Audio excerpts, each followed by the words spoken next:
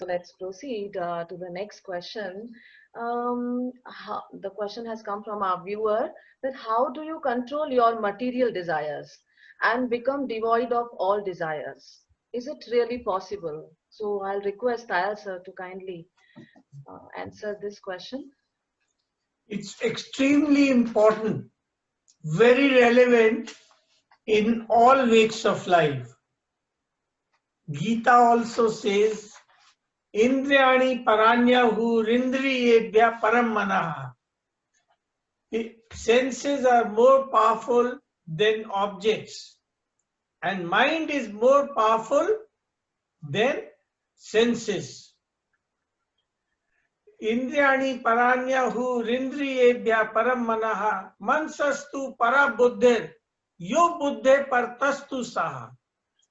एवं बुद्धे परम बुद्ध्वा संस्थाभ्यात्मान मात्मनः जहि शत्रु महाबाहो काम रूपम दुरासदन. And intellect is more powerful than mind, but desires are more subtle and more powerful than your intelligence as well. So knowing yourself, destroy this all-powerful senses through yourself. So what basically is being preached by Krishna is that as far as desires go, these are more subtle and more powerful than our mind and intelligence. Hence, if we try to control the desires by our mind and intelligence, we will not be able to do so. It will not be possible. So you need to know the characteristics of yourself, that is soul, and then destroy these desires which are so very powerful. But the point remains, how do you destroy these desires? True. Yeah. Well, these are very powerful, and Krishna is saying destroy these desires. But how do you do that?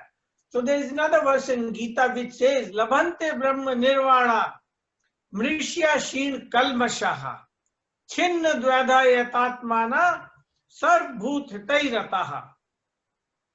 That is, before leaving the body, if you are able to control yourself and engage yourself in serving others, you would attain the salvation. That is, you would attain the goal. Your mind, then you will be able to control your desires. So, engage yourself in serving others. You must engage yourself in serving everyone without desiring anything from them. Learn this lesson from the trees. They are willing to give their fruits to everyone. Whosoever comes to pluck them, tree is very, very much willing to give them.